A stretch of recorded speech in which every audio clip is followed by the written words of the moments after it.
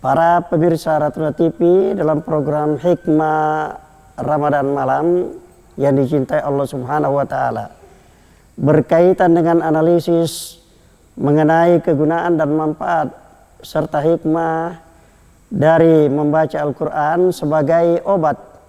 Dan memang Al-Quran adalah salah satu fungsinya sebagai obat, baik penyakit yang berkaitan dengan penyakit jasmani maupun penyakit rohani. Allah Subhanahu wa Ta'ala di salah satu ayat di surah Al-Isra berfirman, a'udzubillahi minasyaitonirrajim, wa nunazzilu minal qur'ani ma huwa syifaa'un wa rahmatul lil mu'minin wa la yazidud dhalimina illa khasara. Shadaqallahul adzim. Terjemahnya, dan kami Allah dan para malaikat telah menurunkan Al-Quran sebagian atau dari sekian banyak manfaat dan rahmatnya ialah Al-Quran itu menjadi obat penyembuh terhadap segala penyakit yang diderita oleh manusia, baik secara fisik maupun secara psikis. Dibuktikan oleh dokter bahwa ada penyakit yang tidak bisa disembuhkan secara medis, tetapi pelan-pelan bisa sembuh dengan rahmat Allah hanya dengan membaca Al-Quran. Bahkan ada hasil penelitian dari ahli penyakit kanker menyatakan bahwa dari sebagian manfaat dari membaca Al-Quran, dari mendengarkan dari suara sendiri, yaitu bisa menyembuhkan atau menghilangkan bibit-bibit kanker yang terdapat dalam tubuh manusia hanya dengan mendengarkan dari orang yang sedang menderita penyakit tersebut. Analisisnya ialah bahwa kalau orang membaca Al-Quran tentu ada yang bergerak secara aktif, yaitu dengan suara. Ketika membaca ada bunyi dan ada getaran, lalu suara itu didengarkan di telinga sendiri dan terjadi interaksi yang semakin lama semakin bertambah manfaatnya untuk mengusir penyakit-penyakit yang namanya bibit kanker tersebut. Banyak orang sembuh atau penyakitnya berkurang dengan sistem yang seperti, sehingga banyak yang menganjurkan agar untuk menyelamatkan diri dari ancaman berbagai penyakit yang berbahaya, maka usahakan selalu membaca Al-Quran.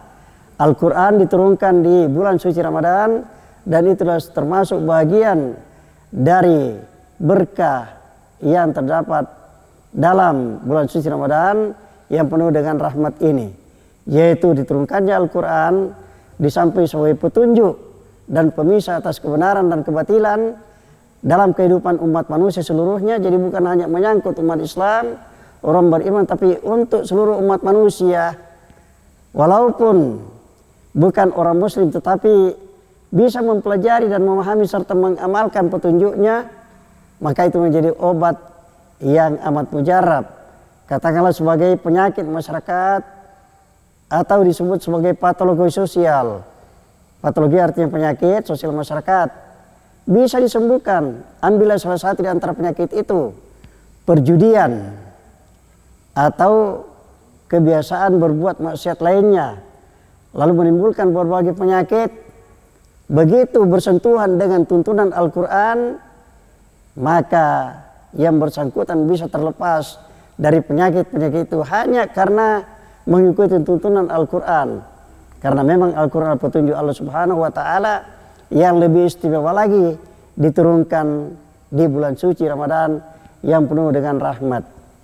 Para pemirsa yang tercinta, kita lanjut ke keistimewaan yang lain, yaitu dalam rangkaian apa disebut dengan amalia Ramadan. Amalia artinya praktek atau amalan-amalan dan kegiatan-kegiatan yang berkaitan dengan bulan suci Ramadan. Di samping ibadah puasa di siang hari, juga ada ibadah khusus hanya dilaksanakan di bulan Ramadan di malam hari, yaitu salat tarawih. Walaupun ada yang menyatakan salat tarawih hanya khusus di bulan Ramadan, tapi sama dengan pelaksanaan salat malam atau sebutan salatul lail dalam bahasa Arab, atau termasuk salat tahajud. Ada yang menyamakan dengan salat tarawih, tapi salat tarawih hanya disebut dinamakan bagi salat sunnah khusus dilaksanakan di bulan Ramadan sesudah salat Isya di malam hari dan berakhir waktunya sebelum waktu subuh atau masuk waktu sahur. Para pemirsa yang dicintai oleh Allah Subhanahu wa taala. Salat tarawih adalah salat khusus yang dilakukan di bulan Ramadan, yang termasuk salah satu di antara sekian banyak rahmat, karena melalui pelaksanaan salat tarawih itu pelakunya atau umat Islam yang melaksanakannya semakin bertambah ketakwaan, semakin bertambah rasa cinta dan kesadaran untuk selalu menambah dan menambah terus ibadahnya di hadapan Allah Subhanahu wa taala. Kedua amalan khusus di bulan Ramadan ini, yaitu yang pertama puasa di siang hari dan salat tarawih atau salat malam di malam hari, dijamin oleh Allah Subhanahu wa taala untuk pertama masuk atau dianugerahi pahala masuk surga. Yang kedua, diampuni segala dosa-dosanya. Mari kita dengarkan hadis Rasulullah SAW yang berkaitan dengan ini. Diriwayatkan bahwa Rasulullah bersabda, "Man shama Ramadana imanan wa ihtisaban, ghufira lahu ma taqaddama min dzambihi." Oh, kama qala Rasul sallallahu alaihi wasallam, yang maknanya dalam bahasa Indonesia, siapa yang melaksanakan ibadah puasa siang hari bulan Ramadan, maka diampuni segala dosa-dosanya yang telah lalu. Jadi sarana untuk penghapusan dosa ialah melaksanakan ibadah puasa dengan penuh kesadaran dan kecintaan serta keinginan untuk mendapatkan rahmah.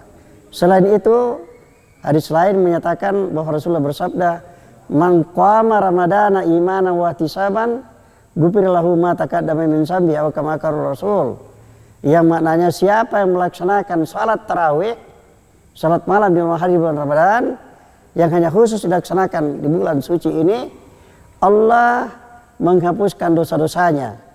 Jadi cukup yang dua ini saja menjadikan kita bersih dari segala dosa dan kesalahan, yang tentu saja konsekuensi logisnya ialah dijamin masuk surga karena tidak dosa dan kesalahan, dan semua amalan diterima dengan pahala yang berlipat ganda.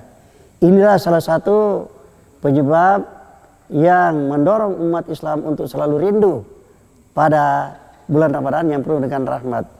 Pemirsa Ratuna TV dalam program Hikmah Ramadan Malam.